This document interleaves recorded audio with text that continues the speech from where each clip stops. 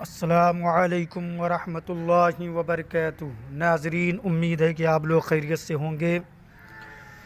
پھر میں مسائل سجدہ سہو لے کر کے آپ سب کی خدمت میں حاضر ہوں۔ پوری توجہ کے ساتھ ویڈیو کو سماعت کریں اور اپنی نمازوں کو درست کریں۔ تو آئیے شروع کرتے ہیں۔ بسم اللہ الرحمن الرحیم۔ مسئلہ دیکھیں، ہر رکعت میں 2 سجدے فرض ہیں اور ہر رکعت میں 2 سجدوں سے زیادہ سجدہ نہ کرنا واجب ہے۔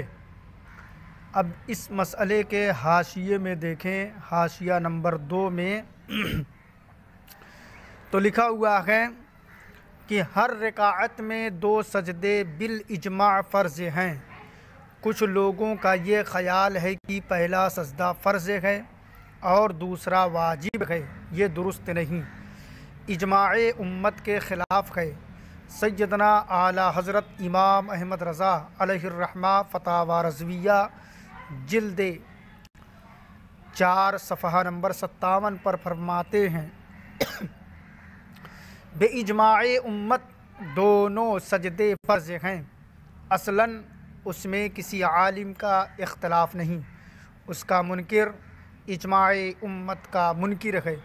فقیر غفر لہ بلا مبالغہ 200 کلمات علماء کرام سے اس کی سندیں پیش کر سکتا ہے۔ حضرات، اعلیٰ حضرت کی یہ تحقیقات دیکھیں کہ صرف دونوں سجدوں کی فرضیت پر 200 علماء کرام کے کلمات سے اس کی سند پیش کر سکتے ہیں، یہ اعلیٰ حضرت کہہ رہے ہیں۔ لہٰذا طوالت کی وجہ سے صرف 10 نصوص صریحہ پر قناعت نص اول بحر الرائق میں کنز الدقائق کے قول سے۔ تو بہرحال اس سے پتہ چلا کہ نماز میں دونوں سجدے فرض ہیں۔ ایسا نہیں ہے کہ ایک سجدہ فرض ہے اور دوسرا سجدہ واجب ہے، یہ غلط بات ہے، بلکہ دونوں سجدے فرض ہیں اور یہی اجماع امت ہے۔ آگے دیکھیں مسئلہ، اگر کوئی شخص کسی عذر کی وجہ سے سجدہ کرتے وقت پیشانی کو زمین پر نہیں لگا سکتا ہے تو صرف ناک پر سجدہ کرے۔ پھر بھی ناک کی نوک لگانا کافی نہیں ہے، بلکہ ناک کا نرم حصہ ہڈی تک زمین پر دبنا ضروری ہے۔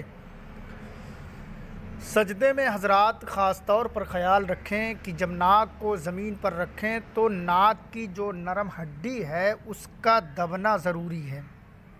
صرف ٹچ کرنا ناک کو کافی نہیں، بلکہ ناک کی ہڈی کو دبانا ضروری ہے۔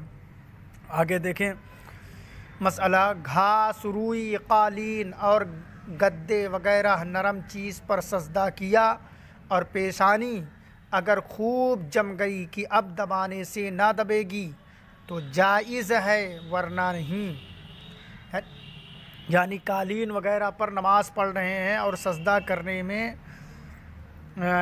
قالین پر جب سجدہ کریں گے، ناک کی ہڈی کو جب دبائیں گے تو خوب اچھی طرح پیشانی جم جائے، ناک کی ہڈی جم جائے کہ اب دبانے سے مزید دبنے کی گنجائش نہ رہے، تو ایسی صورت میں گھاس، روئی، قالین اور گدے وغیرہ پر نماز پڑھ سکتے ہیں۔ اور اگر دبانے سے وہ دبتا ہی جا رہا ہے تو ایسی صورت میں پھر نماز نہیں ہوگی، پھر قالین وغیرہ سے ہٹ کر کے پھر دوسری جگہوں پہ نماز پڑھنا ہوگا یا ان کو ہٹا کے نماز پڑھنا ہوگا۔ بہرحال آگے دیکھیں تنبیہ، لوگوں کو سجدہ کرنے میں اس بات کا پورا خیال رکھنا چاہیے کہ پیشانی اور ناک کا نرم حصہ ہڈی تک خوب اچھی طرح دب جائے، ورنہ نماز مکروہ تحریمی واجب الاعادہ ہوگی، یعنی اس طرح پڑھی ہوئی نماز کو لوٹانا واجب ہے۔ امید ہے کہ تمام مسائل سمجھ میں آ گئے ہوں گے۔ ویڈیو کو بار بار سنیں، اپنی نمازوں کو درست کریں، دین کی باتیں مسائل شرعیہ سیکھیں، اور مجھے دعاؤں میں یاد رکھیں۔ ویڈیو کو لائک سبسکرائب ضرور کیجیے۔ السلام علیکم ورحمۃ اللہ وبرکاتہ۔